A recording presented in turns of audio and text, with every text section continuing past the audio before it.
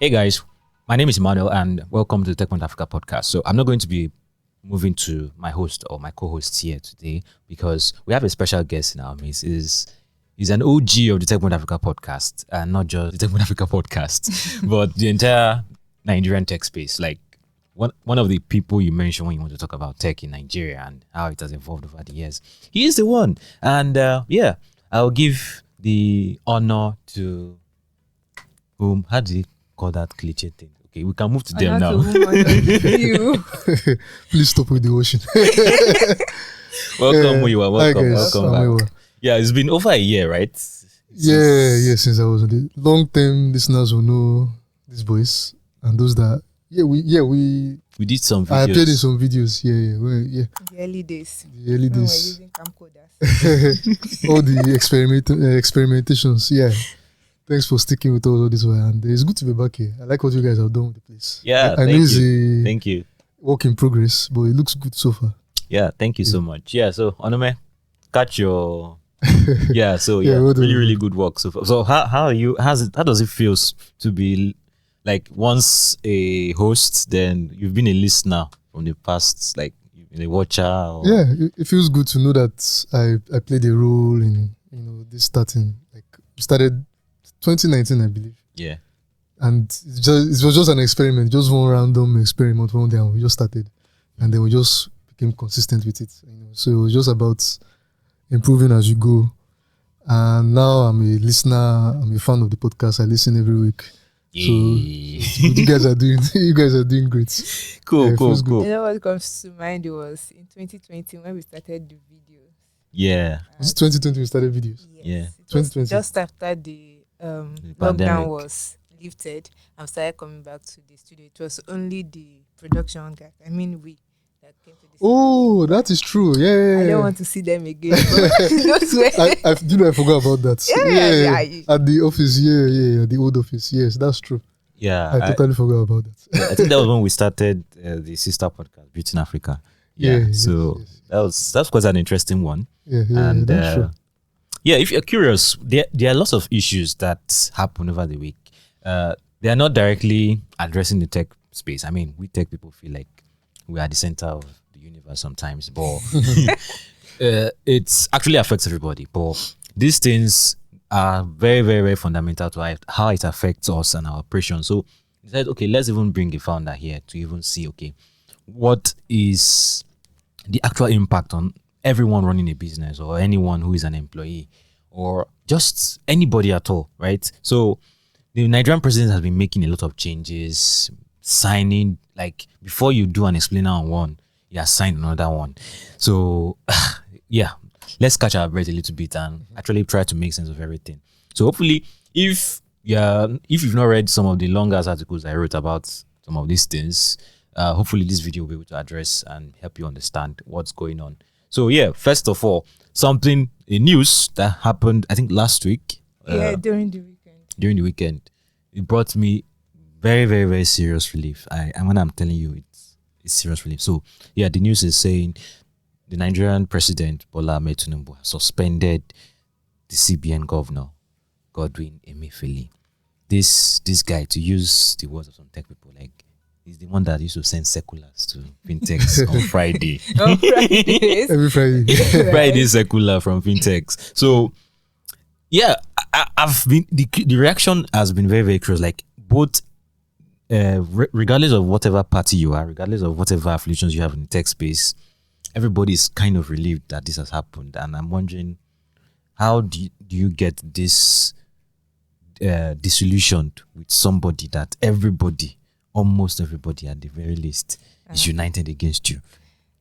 Know what bothers me is the fact that he actually used 9 good years, and I was looking at how some of the policies he brought about, and the first 5 years looked like it wasn't going to do anything that much. Even something that he tried to do then, like to stop selling foreign exchange to bureau de change companies, it didn't really get into effect until around 2021 or so.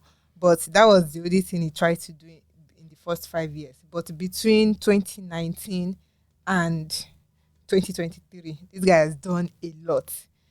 the most recent one was the Naira design that Oh, threw God. the whole of Nigeria into, like, I didn't imagine a time would come where there would be a black market for the Naira, but it happened. Yeah, for your own money, your own Yeah. currency. For your own Has currency. anybody seen the new Naira notes in? Like, Let's- I gave the last one in my hand out to conductor yesterday. Why did they waste our time? like, You just wasted time, wasted resources. I mean, I can imagine every business owner at that time would be racking their head as, okay, what's next? Where to? What's the next direction? Like, companies actually do like risk evaluation or risk projection. I can bet no risk assessor ever thought this would happen while they were planning for the year. I can bet it. Like, the worst you can think of is maybe Naira devaluation or depreciation. not But redesign. thinking of a redesign that will cause like a very cash-based economy not to be able to spend. But that was the most recent ones. Of course, he implemented not selling, that the CBN should stop selling foreign exchange to bureau de change, saying that they have deviated from their calling, if that's the word, that they've turned it to like a dubious enterprise. Yeah, that one was there. Then Aboki FX, that's kind of thought. No, what came to mind now was the tweet that Aboki FX sent out after it was announced that Emefiele was suspended. Yeah, I saw that tweet. Yeah, and well, it's a relief in a way. It's a relief because most of these policies that Emefiele brought was like, okay, we want our Naira to have value. But I think it was on one of these podcasts that we discussed that there are other things that should be in place if you want us to buy Naira. For instance, the manufacturing scene of Nigeria, it's out of it. We were at an event yesterday, and it was supposed to be like a food and beverage event for West African. And who are we seeing? We are seeing people from Asia. We are seeing Russians coming there to come and exhibit, because that is where what we are eating is coming from. You want to tap into their markets. Exactly. So we can't even boast of selling or producing that will make people to value the Naira. So those are the things that you should work on. Bringing in investors, bringing people to come and work here so that we can spend our own money, and not just saying, okay, stop importing stuff, don't import because we want Naira to grow. So I think with the suspension, I don't know who is coming, but currently the deputy, Shonubi Fola showed. I'm very sorry. Wow.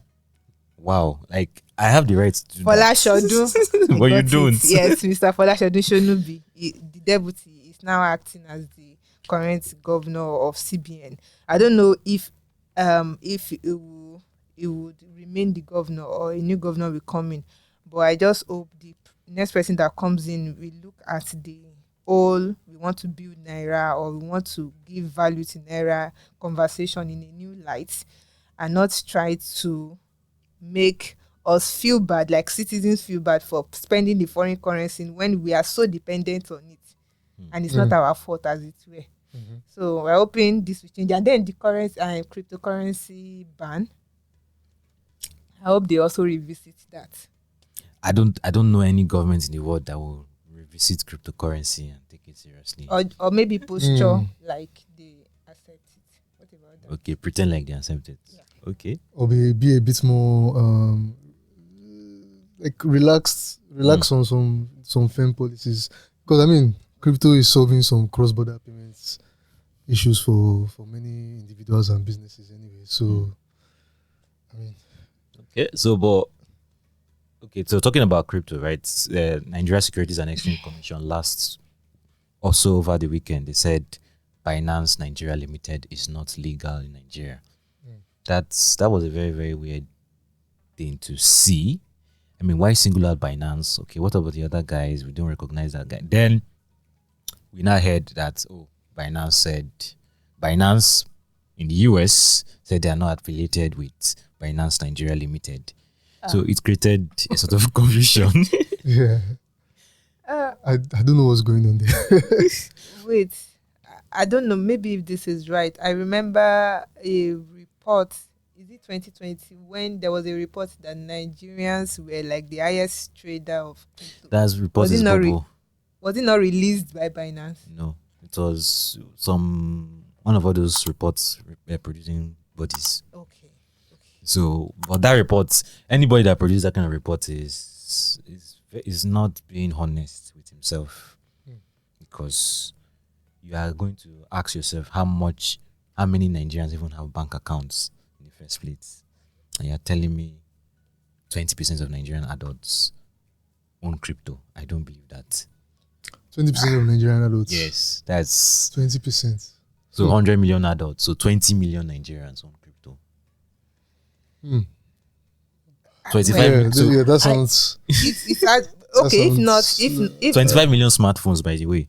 Okay, so maybe if it's coming from that, if it's coming from another angle, that maybe the volume of the transaction, maybe I can believe. Yes, the volume of the transaction Yes, about the makes volume. sense. So yeah, which goes again cross-border payments. Exactly, P2P and people are also and using then, to like trade. Yeah. and most all of that. especially trading. Trading.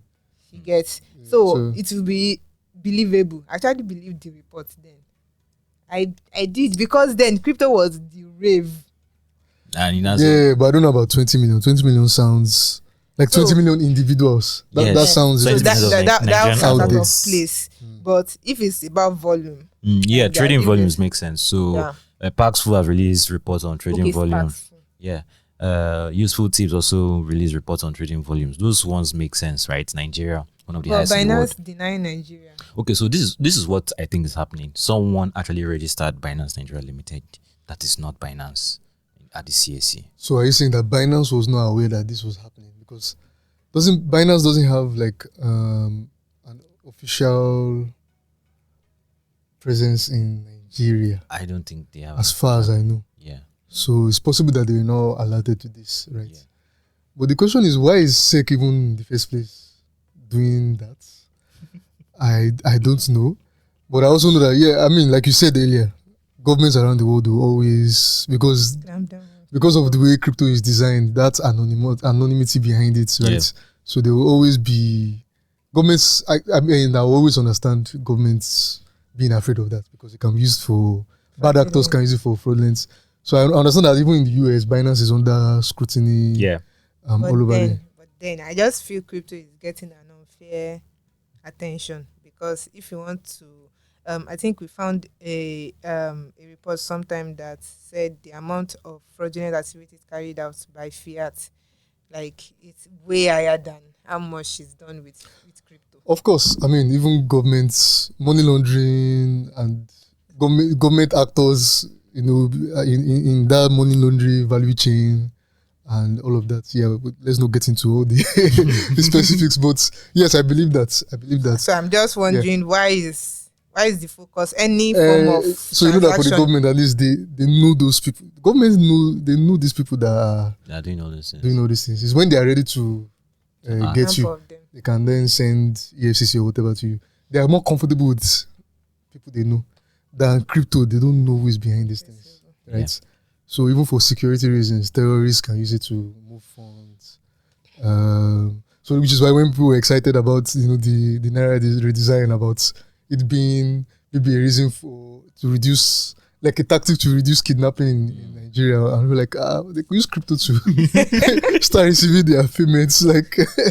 And once they use crypto, it's peer-to-peer. You just find someone who has enough fiat to pay for your crypto. You pay for the crypto and you move on. And not law. So, so I think the issue is, as a government, I mean, we can say anything we want to say about governments, whether they are not doing their job, whether they are corrupt. But one major role of government is to secure the people. The government has to know who is behind it. Right? I mean, it's just their job. Like if you're in government too, you want to know who is who. So sometimes when these things happen, I cut them some slack. Yeah, I may not like the methods they approach it with, but I try to cut them some slack. Yeah. But I don't expect ever, I may be wrong, I'm not the crypto expert here, Bolu is not here. I don't expect ever that any government in the world will ever fully accept. I hear of things that are happening in Congo and others. Car. It sounds like Songo coin. it sounds like Coin. just PR to me. Yeah. There was this. Is this a South American, North American? South American, Venezuela, I think. Ecuador. It was Ecuador. Yeah, it sounded. I can't remember. But yeah, it starts with an E, but I don't think it's Ecuador. But maybe I'm wrong. That they accepted Bitcoin or one of those crypto as currency. As a official tender. I wonder how that's going. We need to look into that. I don't know. Yeah. So yeah. Really new stuff, right? But I still don't know why SEC made that announcement. I don't know what is the point of it was. Just to maybe just to show that they are working. I don't know. Yeah. Once in a while you see things I have like no that. The investment tech startups, Tracker, Bamboo, they face something similar. And I keep saying that it keeps surprising me. Like I saw the circular, Tracker, Bamboo, and other Kinikon have been suspended and I asked the CEO of one of those companies and he said, that was the way I saw it. That's what I also saw it. And I think just before then, like the day before, a week before, they had meetings. They had meetings. So you see, when people talk about, that's why when people talk about, and I'm saying this, well, sometimes you don't say this kind of things outside, but when people talk about, you need to engage government, whether you like it or not, the government has not given us reason to trust them. You look at things that happen with the ride-hailing status, for example. They can tell. They were lobbying. They had people on their payroll that were in charge of government relations. They were friends with them, all the backslapping and everything. But the announcement still happened. They were still banned. Look at the investment guys too. So when people feel like, that distrust is just there. So, or there was even the other story of, someone you knew that was working with the Lagos State government or with the government, scratch that, with the government to build a ride-hailing company, and then the government went behind their back. I've already mentioned where, and then launched their own. And this person was so confident that I'm the guy. So when that distrust is there, I don't blame anybody that doesn't want to engage with government, even though the people that say you are under their you have no choice but to engage them. But at the same time, how do you say that metaphor? You deal with them with a long spoon. You're not calling them anything. Or a 10-foot pole or whatever. So we didn't say we are calling them anything.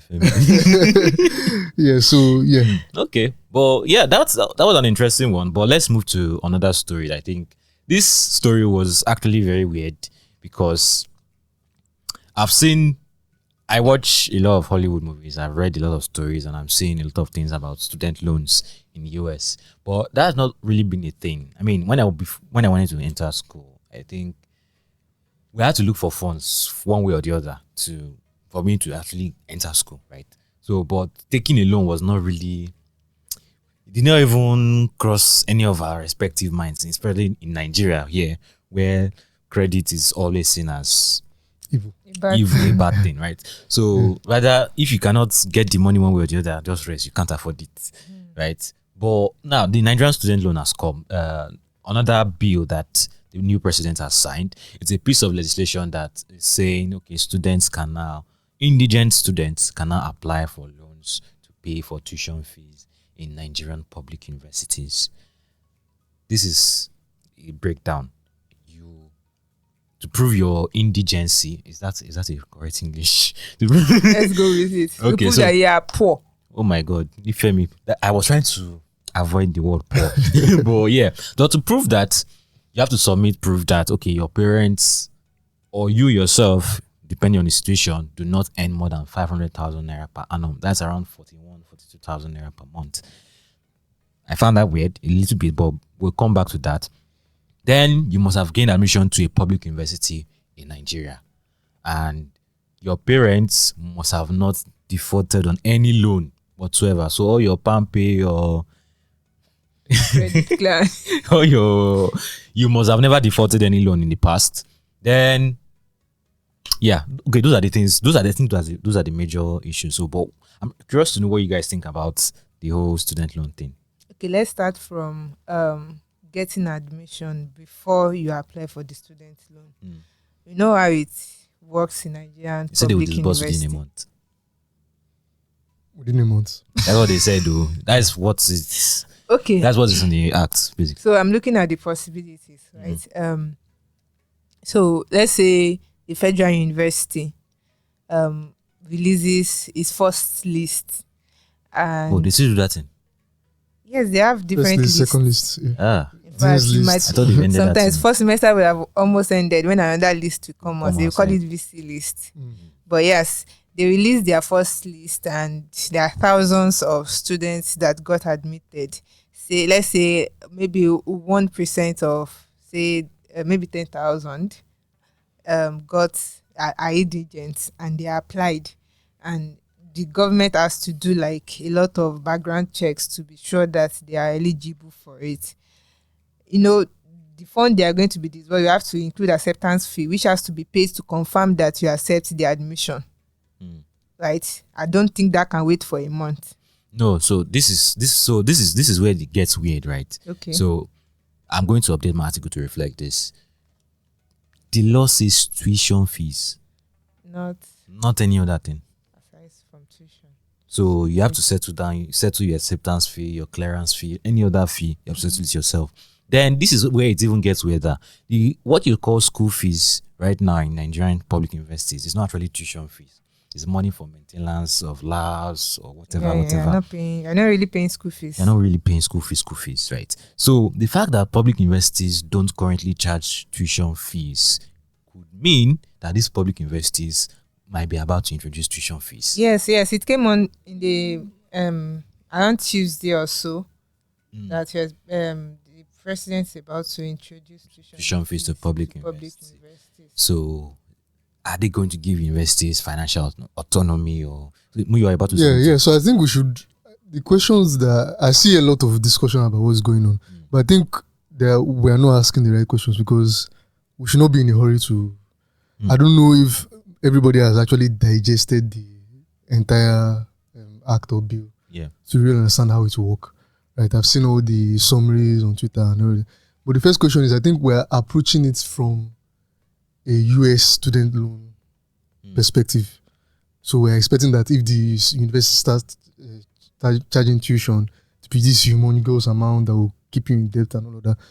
But it could also be that it will run the way it runs in the UK. So the way it runs in the UK is very different from the way it runs in the US, where it's public schools, it's funded by governments. There's a tuition, but it's still subsidized by the government. And then you can claim a student loan, right? But the loan is not exactly a loan. So unlike in the US, where you get the loan, you get the actual money and they use it to pay your. In the UK, it's kind of like, it's a mixture of government subsidies and the government bodies that then pay the rest, the amount, to a maximum amount. I think it's like £9,000 or something per session. And then you're not paying anything up front. On top of that, they now give you money for expenses to take care of your feeding and everything if you're not living at home with your parents, right? And so when you are done with school, you don't start paying anything until you start earning above a certain threshold. If you don't earn above a certain threshold, you don't even start paying anything.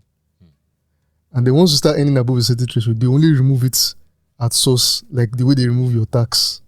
They remove it from your, and it's capped at a certain distance, and you pay over 30 years. And if after 30 years you don't finish paying it, the loan, you don't have to pay the loan again. It's gone. Okay. So, but in the US, more of a capitalist environment, it's a mix of private bodies and government bodies. You usually have like 5, 10, 20 years to pay, after which, if not, it's going to affect your credit score and all of that. It's your responsibility to pay this thing. Yeah. The schools are run autonomous, so they charge crazy, especially if you want to go to the Ivy League schools, they charge like crazy amounts. So we need to even know how is it going to work here before we start talking about how that, so those are the questions I have in mind. Okay.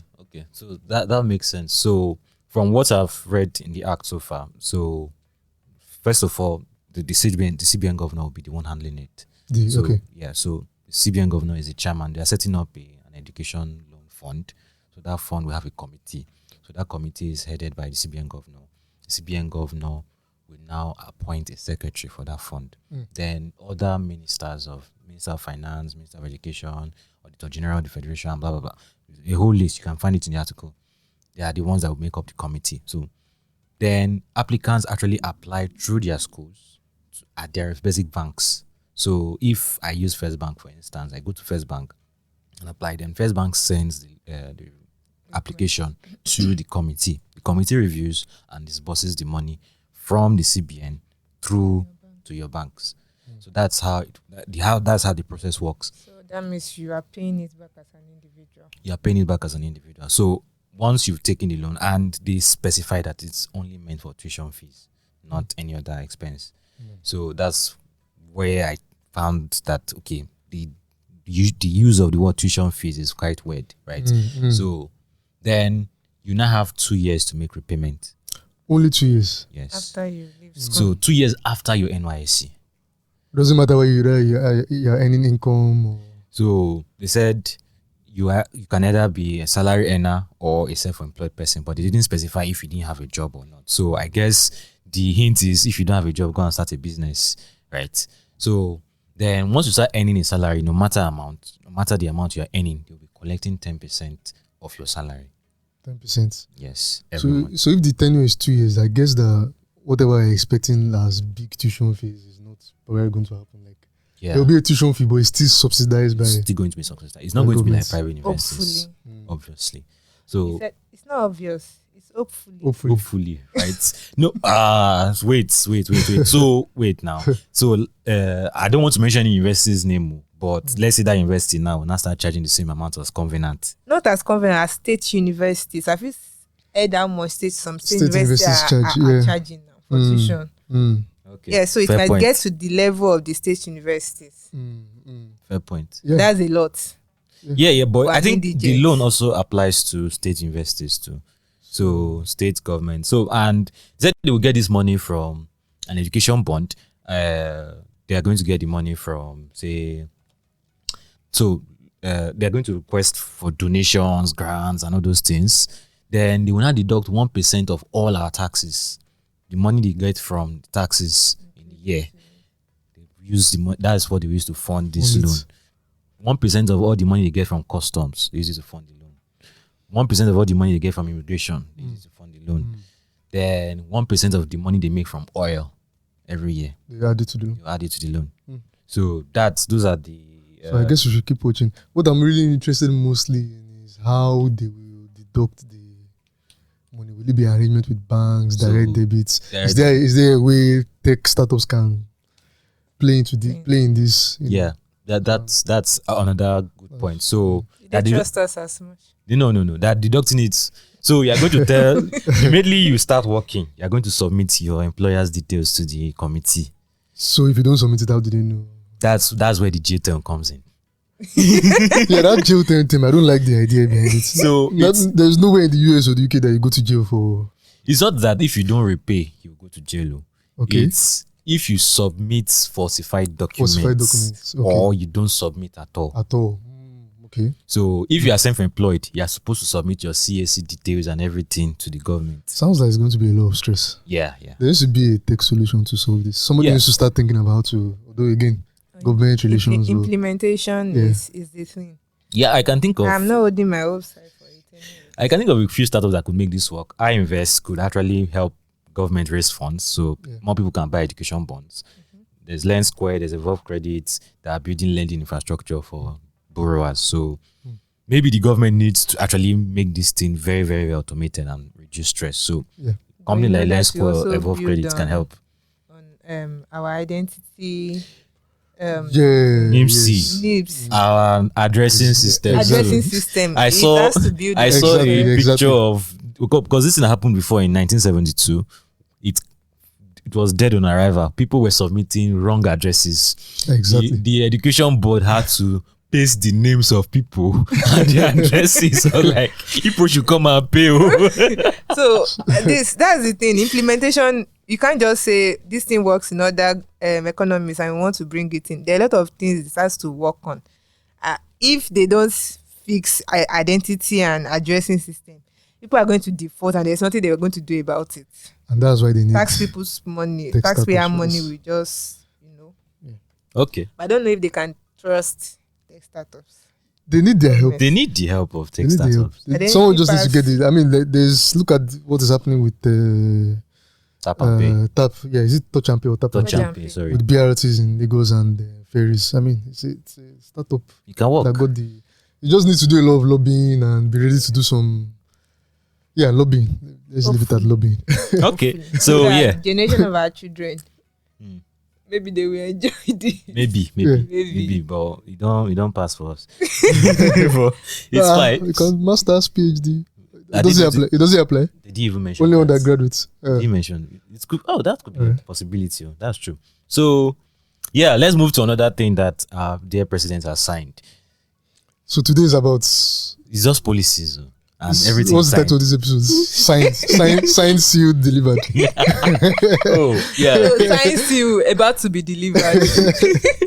Oh, okay, that- signed, sealed, delivered. Delivered to Oh, you. makes sense. Makes sense. Yeah. Okay, so yeah, let's round this. Our hourglass is gone, but we'll Not rough gone. this. Yeah, almost I've been gone. looking down at Almost. it. Yeah. We'll rough this. So, but yeah, thank God Muyiwa is here. Nifemi, yeah. Don't just calm down, eh? So I don't know what he's talking about. okay, so this is the news. The Nigerian federal government or the CBN has decided to float the Naira. What does that mean? What was the Naira doing before it started floating? So It was It was thinking. It was thinking. good question. okay, so I think maybe Muyiwa will explain, but let me try again. Let me try first. So this is how exchange rates normally work, typically work.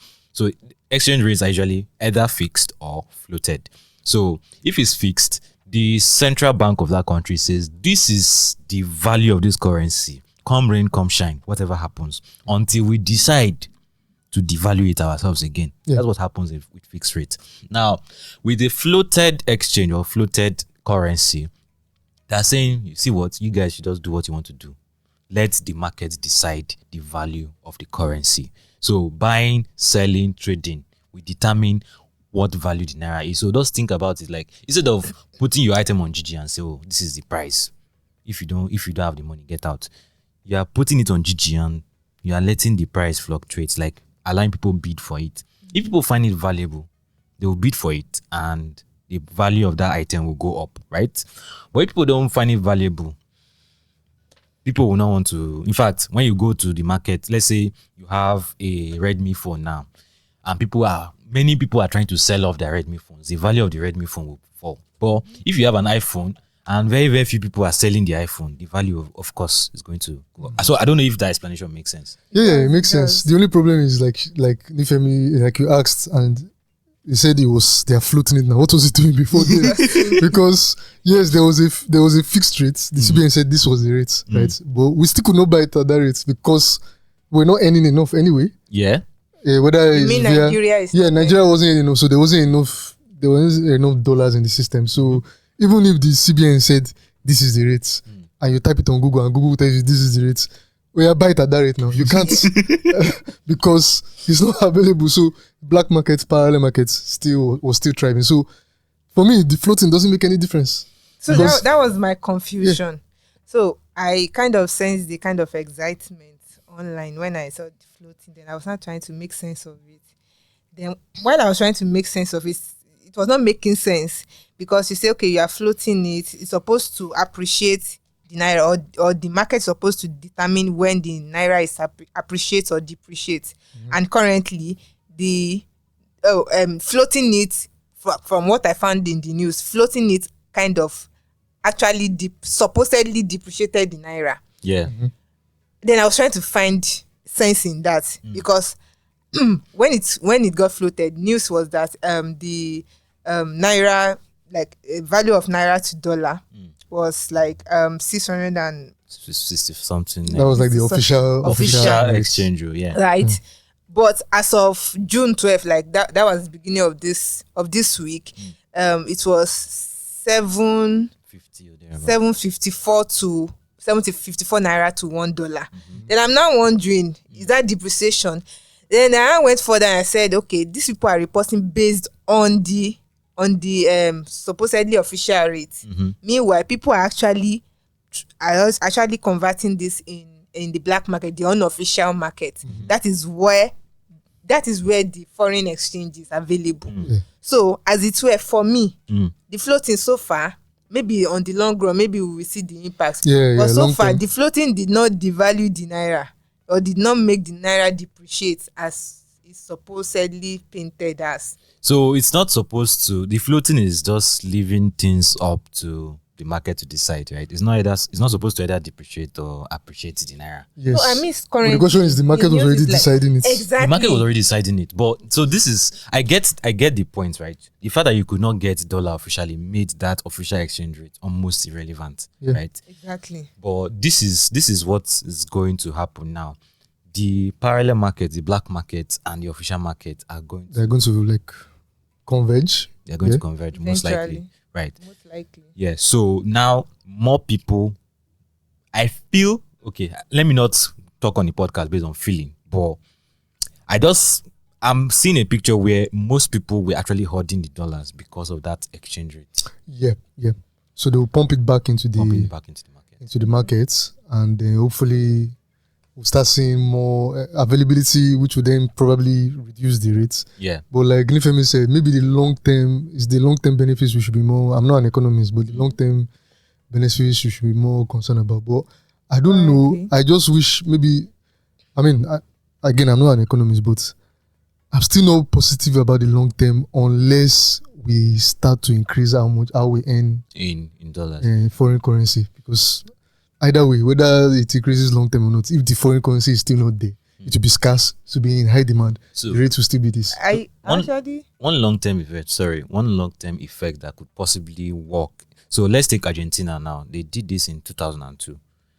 This same currency floating. And what happened was, it's most likely going to happen in Nigeria too. Prices of things went up. You could not, because they were very, very import reliant. But what happened is, it now became an attractive destination for exporting, because the currency, when you bring your $10 to the country, it brings a lot of money in the country. So you can do a lot of things with it in that country. Then you cannot export. So a lot of people will want to export from you because buying goods from you might now be cheaper than. Then I was looking at a founder's comment about this. He said they established in Nigeria, they had to put down payment, and the down payment was made in the official rate. CBN forced them to do it in official rate. But when they've made their money, they now want to repatriate the money back. They no see dollar to repatriate money back. They had to go to the black market. Yeah. So they're making a loss from. So the money they put in and the money they're taking out of the country, they're making a loss from that. So more foreign companies, more foreign investors would be more interested in bringing. They know that, okay, if they bring their $1 million to Nigeria at 600 Naira, they are not going to be forced Yeah. to sell it, to sell it at a lower value than what they brought into. And since it's now a free market, a floating market, Yeah. even if the rate they brought it in, and when they're trying to sell it out, there's a disparity, they can afford to maybe hold out a little longer to Yes. find someone who is willing to buy at that rate. Yeah. But on the flip side, I saw Jason Joku's tweet. The concerns for, it's already the concern. That's the first thing I thought about. Yeah, like yeah. the concerns Which is for why projections, Yeah. financial projections for the year. You normally do them like quotes in, again, because most startups raise in dollars, which is another question. Should we start finding a way to encourage, maybe this will hopefully, I don't know, also encourage more local investments in Naira, and maybe force startups to start quoting revenue and everything in Naira, because you have to quote in dollars because that's what everybody understands. And you're doing it at official rates, which was good for you because it makes it look good to quote it in dollars. Now, To even use official rates. But now, I don't have an idea. So So- it makes making what's it called, judgments not easy because you are not sure of the stability. You're not Yeah. sure of the stability. Of course, before you know you are going to get from the black market, but there was a fixed rate that you can make your what's the English? Your projection. projections on. But now the stability is not in your hand. Like the fluctuations might be a lot. even if you meet your projections, because you are now using the whatever the official rate is, it will look like you have underperformed to your investors and your shareholders. So, but So that's a concern. to play devil's advocate for this scenario, I get Jason's concern, right? But shouldn't this affect just people who raised before? What about people who want to raise in dollars now? Yeah, it's not. I don't think it's too tough about people raising. I mean, of course, yes, it was it's tongue in cheek. Yeah. It's trying to make fun of those people who are so focused on fundraising. But I think the point he was trying to make is that, like, even for him, they have projections for the year, and maybe they've done half year reports, and said, oh, this is what we did, and we're already on track to. Maybe they say, oh, our target was $1 million for $10 million for 2023, and by half we've already done 600,000, 60% of that, and we're on track to do like 120% by the end of the year. But now when it's not 60% by the end of the year.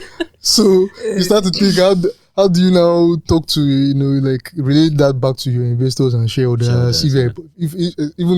Especially if you're a publicly traded or if you are dealing in all your services. No, not your services. There's a point he made. Like, for example, web hosting, all the things you need to pay, operations costs, and you do a lot of them in dollars. All your workspace and all that. You do all of them in dollars, all your operation costs. And now, so that's the challenge, And then you also have to ask about the virtual card providers. What does this mean for them?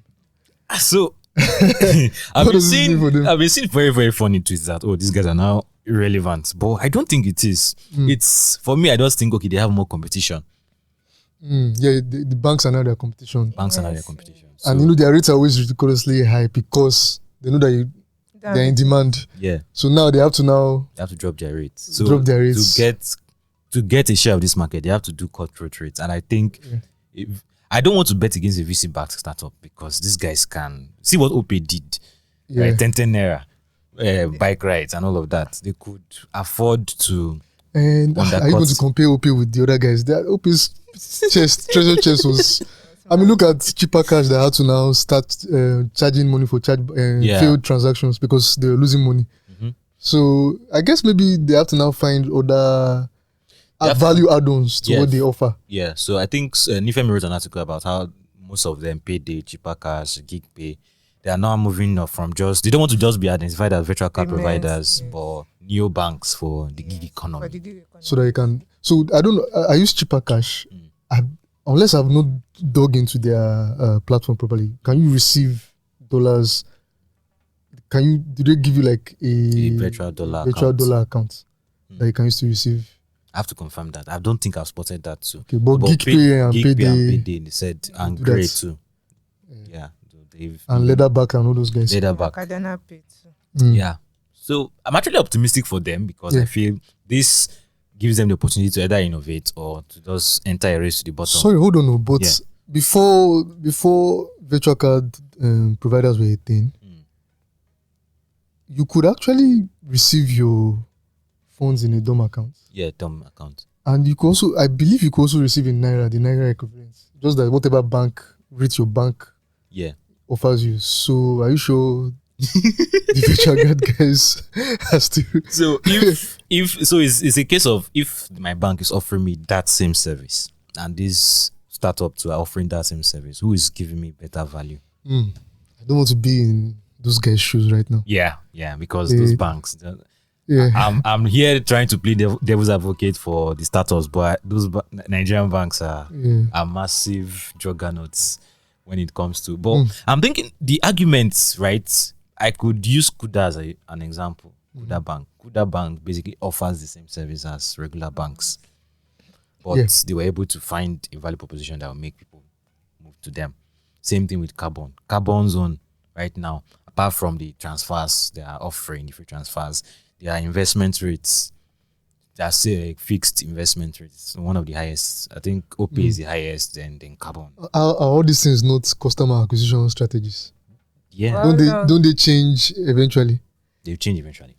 Like Kuda, the bank of the free, no longer free. So it's tough to run a fintech in I don't I'm envy hoping that them. they will go back to the drawing board as we say it, and they find the way around it. There's always problem to be solved. That's why this. That's why they are. They will find it. They will look for a problem there and they will try to solve it. Hopefully. Oh, cool. So I this hope this none our of them our shuts nurse. down. I hope none of them shuts down. I hope none of them lays off. I hope this does not Oh, they've affect been laying off anybody. already now. I mean, like, because of this. Oh, I mean, one use case I just realized for virtual cards can be, well, your bank can still solve that because maybe you just want a card that you use for online transactions, and you only want to put the amount you need there. I mean, with your card, you have like 5 bank accounts, 6 bank accounts. You just dedicate one of them to some banks even offer virtual cards. yeah, one of them to that. So I'm trying to help you guys. I'm trying to think for them. But I'm sure they know better than us. They They understand the market better than us. right? Is it that Chronos has stopped the time or what? Is it? Yeah, we have a lot of time. Yes. Let's talk. Okay. So guys, this has been a very, very interesting one. There are other talking points from the news. Of course, the president also signed the data protection bill into law. We'll not be able to have time to talk about that, but just once a data protection bill or a law does not exist, just imagine your house without walls. That's how it is. Everything you are doing in your house, everybody can see it. So that's how it is on the internet. Whatever you're doing on Google, Facebook, they can use your data to do whatever they like. But this law is trying to change that. And I think, you should check out the brief explainer article I wrote about it to get more insights. And if you want to get scared, go and check out Nifemi's article on what happens to your data when there's a data breach. So, see what happens I to don't scare people. I inform people. Oh, the one where you interviewed the hacker. the hacker, Yeah, it's okay. Yeah. So she interviewed the hacker. So imagine a hacker telling you what happens when They hack you. they hack you. So But the primary fear is not even hacking itself. It's about, I mean, if I understand what the bill is supposed to be, and if it's implemented properly, your privacy. your People privacy. buying your emails and emailing you for no reason, your phone numbers, Definitely. all the things you do not subscribe to. Calls from Getting- the blues that you don't know how they got your Yeah, phone people number. threatening you to pay the loan on behalf of somebody that is owing money, all those kind of Yeah. things. Yeah, So they will still exist, but it will become a crime if they are. You can be prosecuted for doing that. Yeah. Yeah. I Those want, things is the is implementation really- I'm interested in. I'm So- actually curious to see how they will even do it with someone like Facebook, where we can just be gisting about this now and I'm seeing an ad. Facebook will always insist that thing is a coincidence. They always insist that we don't have the computing power to do those kind of Oh. things. How many conversations do we want to listen to? Okay. Okay. It's all right. So The yeah, other- okay. Okay. The other day, what happened? The other day, I was searching for something on what's it called on YouTube. Then I started seeing ads on Instagram. I didn't know when that started. Too.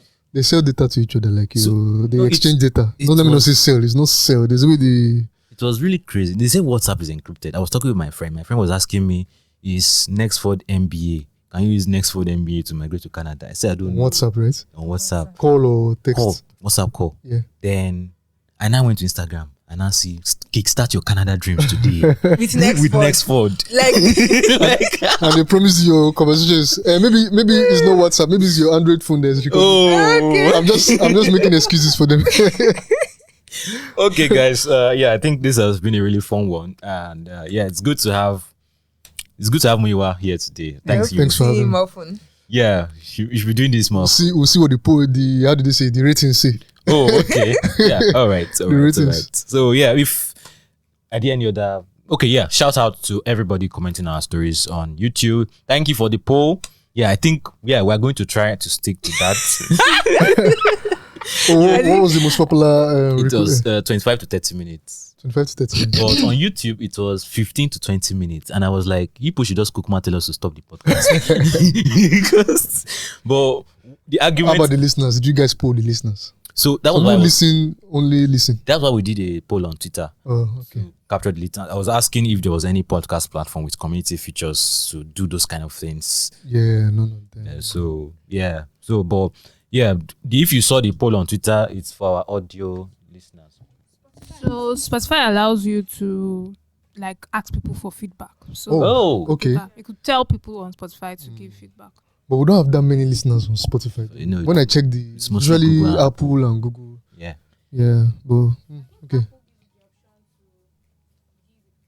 As well too. Yeah, they allow you people review your, but that's only the people who listen via Apple Podcasts, they can drop a rating review. Anywhere else you are listening. Yeah, so please drop a rating, drop a Drop review. your rating, drop your review. Thank you. How long do you want the podcast to be? Yeah, 40 minutes to infinity. Those Please. guys, I'm geez. here for you. That you really hardcore fans. People like me that listen to 3-hour podcast on the regular. Okay, so 40 minutes is small. All right. 3-hour podcast on very dense topics. Yeah. Anyway. Okay. Let's bring that. Let's bring that point. Dense, long 3-hour podcast. Production team we off camera. I leave you in the studio. See, I'm making a case for those guys that say 15 to see. Unless you want us to focus on one story, because what usually happens is that we're just running through. We don't really go very deep in this. Then we point you to go and read the article. But if you want deeper, then anyway, I understand. Everybody has different. Even them, they voted for 15 to 20 minutes. I can bet that. Okay. All right, people. Thanks for joining us today, and see you in the next one. Do you tell them what you? Oh, yeah. Okay, I thought we just mentioned that in person, but Okay, you can Apple find Podcasts, us. Yeah. Apple, let me do it. Apple Podcasts, Google Podcasts, Spotify, iHeartRadio. Anywhere you get podcasts, actually. We did it anywhere you get podcasts. And then on YouTube. On YouTube. You can watch us on YouTube. And Instagram. Maybe we should start dropping it on Twitter. Like the entire thing. Yeah. Oh, That's people true. can actually put full movies on Twitter now. Yeah. Yes, 2 hours movies. That's true. I think we should start putting it on Twitter. We'll try So that that. people can start seeing my faces. Because people are denying me that I'm not on podcast. I actually join podcast. I don't believe you. Are you here today?